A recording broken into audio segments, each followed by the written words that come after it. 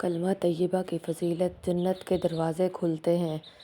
حضرت صلی اللہ علیہ وآلہ وسلم نے فرمایا، جو شخص اچھی طرح سے وضو کرے اور آسمان کی طرف دیکھ کر کلمہ پڑھے، اس کے لیے جنت کے دروازے کھول دیے جاتے ہیں۔ تیرے گناہ زیادہ ہیں یا اللہ تعالیٰ کی رحمت؟ ایک آدمی آپ صلی اللہ علیہ وآلہ وسلم کی خدمت میں حاضر ہو کر کہا، یا رسول اللہ صلی اللہ علیہ وآلہ وسلم، میں بہت گناہ گار ہوں۔ آپ صلی اللہ علیہ وآلہ وسلم نے فرمایا، تیرے گناہ زیادہ ہیں یا اللہ کی رحمت؟ تو اس نے کہا، اللہ کی رحمت۔ آپ صلی اللہ علیہ وآلہ وسلم نے فرمایا، پڑھ لا الہ الا اللہ محمد الرسول اللہ صلی اللہ علیہ وآلہ وسلم۔ جو کلمہ پڑھتا ہے، اس کے تمام گناہ معاف کر دیے جاتے ہیں اور وہ بخشا جائے گا۔ ہر چیز کی ایک کنجی ہوتی ہے اور جنت کی کنجی کلمہ پڑھنا ہے۔